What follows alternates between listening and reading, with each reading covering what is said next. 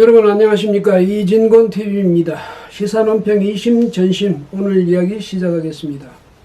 오늘은 지식이 독이 되는 사회, 이런 주제로 말씀드릴까 합니다. 우리는 지금요 지식이 독이 되는 그런 현상을 목격하고 있습니다. 유시민 노무현 재단 이사장 이야기입니다마는, 유 이사장 정말 똑똑한 사람이죠. 머리도 좋고 말도 잘하고 글도 아주 잘 쓰고요. 뿐입니까? 국회의원도 했고 또 보건복지부 장관도 했고요. 지금은 현 정권의 정신적, 이념적, 철학적 산실 역할을 하는, 또 둥지 역할을 하는 노무현 재단 이사장을 맡고 있죠. 이쯤 되면 현 정권의 실세다 이렇게까지 말할 수 있을지는 모르겠습니다만, 어쨌든 현 정권의 핵심 중에 핵심이다. 물론 대통령 빼고요. 그런 말까지 들을 수 있는 입장 아닌가, 이런 생각이 듭니다. 그런데 이 유 이사장이 KBS의 그 보도에 대해서 시비를 걸고 나왔습니다. 말하자면 시비죠. 지난달 10일에 KBS가 김경록 씨라고 조국 장관의 부인 정경심 교수의 그 개인 재산 관리 PB라고 하대요. PB, 프라이빗 뱅커라고 하는데, 이 김 PB를 KBS 인터뷰를 했답니다. 그래서 이제 그 다음날 지난달 11일 새 꼭지로 보도를 했답니다.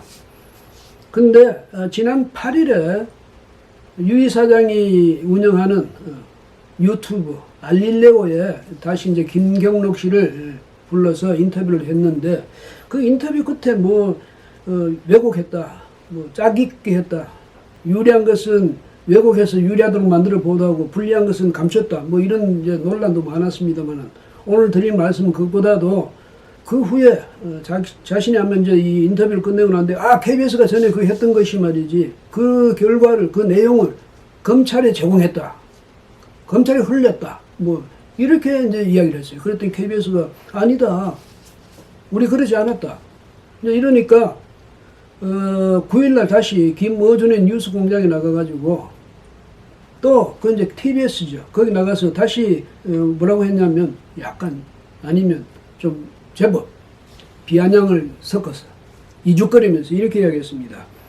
검찰하고 KBS가 거의 LTE급 속도로 반응을 했는데, 그렇게 서둘러 반응할 것이 아니다.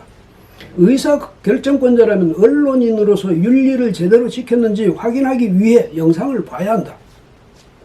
이 인터뷰를 통째로 넘긴 적은 없다고 이야기하는데, 그렇겠죠. 그냥 알 수 있게 흘렸다는 것이죠.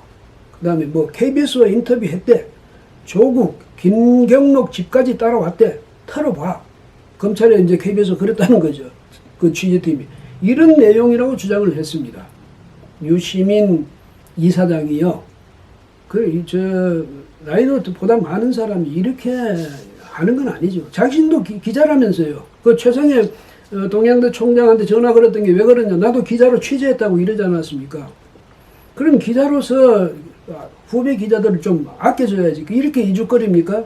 그러면서 그때 그 최성해 총장한테 전화한 거, 그거는 언론인으로서 윤리를 지킨 거고, KBS가 그렇게 한 건 안 지킨 겁니까? KBS가 취재를 했으면 인터뷰만 한 그것만 가지고 기사를 냅니까? 인터뷰용 프로그램이 아니고 보도용으로 인터뷰를 했다는 것 아닙니까? 그럼 인터뷰를 하는 그 내용을 가지고 또 관계되는 사람들한테 확인을 하거나 그 정황을 파악하거나 해야 되는 것 아닙니까? 기사 취재 ABC죠. 그런데 그걸 가지고 지금 유시민 재단 이사장이, 나이도 든 만큼 든 분이, 그걸 가지고 후배 기자들 시비를 건 겁니다. 그러니까 또 KBS도 이해가 안 되는 것이요. 양승동 사장이 거기에 대해서 뭐라고 했냐면, 조사위원회 구성해서 조사하겠다고 했어요.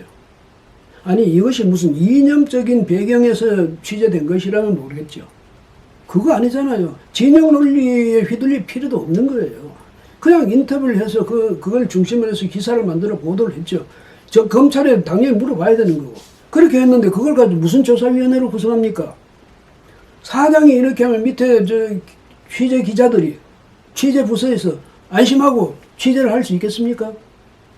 이 위원회라는 건 굉장히 이게 듣기 안 좋은 이름이에요. 사실은 뭐 더 길게 이야기할 거 없죠.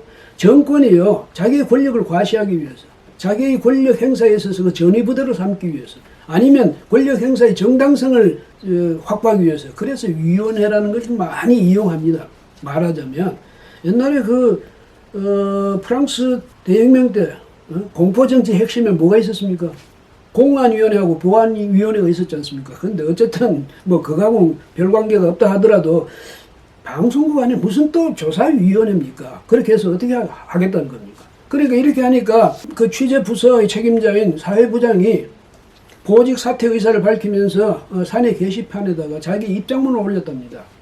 반박문이기도 하고 해명문이기도 하겠죠. 그런데 거기서 뭐 이야기를 했는데 그 이야기가 또 이해가 안 되는 부분이 좀 있습니다. 뭐냐면 우선 보직 사퇴를 왜 합니까?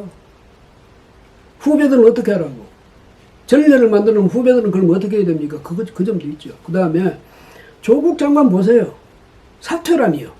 문 대통령, 조국 장관 여지부동 아닙니까? 근데 왜 저 취재 기자가 그 책임자가 왜 사퇴를 해야 됩니까? 보직 사퇴를. 후배들한테도 전례를 이런 안 좋은 전례를 만드는 거는 부장으로서 도리가 아니고요. 또 이제 거기 쓰진 내용을 얼핏 보니까 이런 게 있어요. 자이트가이스트, 시대정신. 유시민의 알릴레오와 같은 것이 시대정신일 수도 있다는 생각도 듭니다. 기성언론, 우리 KBS 뉴스엔 이런 시대정신이 담겨있지 않다는 비판이 나옵니다. 촛불혁명으로 들어선 현 정부 또한 작금의 시대정신일 수 있습니다. 야당이나 반대 진영측의 말과 행동을 보면 이런 생각은 더욱 굳어집니다.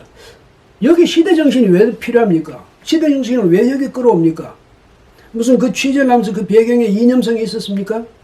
그거 아니잖아요. 그냥 인터뷰를 가지고 기사를 만들어 내보냈죠. 그리고 유시민 이사장이 지금 시비를 거는 것도 그 무슨 이념적 사상적 배경을 가지고 시비 거는 게 아니잖아요. 왜 검찰에 흘렸느냐 그거 아닙니까? 근데 여기 시대정신이 왜 나오는 겁니까? 물론 상당히 무슨 풍자적으로 했거나 비유적으로 했거나 뭐 그랬다 하더라도 여기 시대정신을 끌어오는 건 아니다 이런 생각이 듭니다. 예? 그리고 참 유 이사장에 대해서 무슨 뭐 지금 기대를 하겠습니까? 그분 말에 대해서 한 번 두 번 들었어야지. 그런데 이 공영방송 사장 이래서는 안 되죠. 유 이사장이 언제 그 양승동 사장 위에 있는 회장이었습니까? 말 한마디 하니까 뭐 조사위원회 구성하겠다?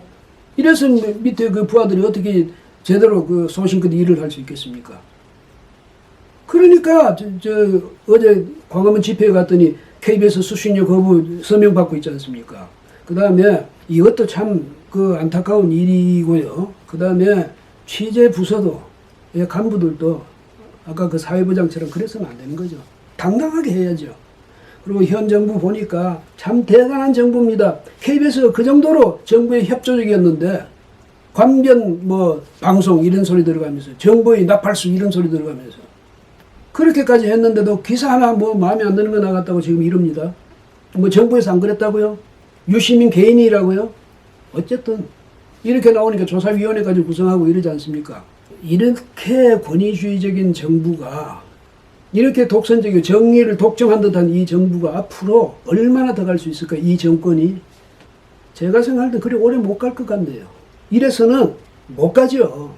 그래서 여러분한테 이제 말씀드리는 건데 경착륙이 아니라 연착륙을 하기를 원한다면 정말 겸손하고 또 겸손하십시오. 오늘은 여기까지 하겠습니다. 고맙습니다.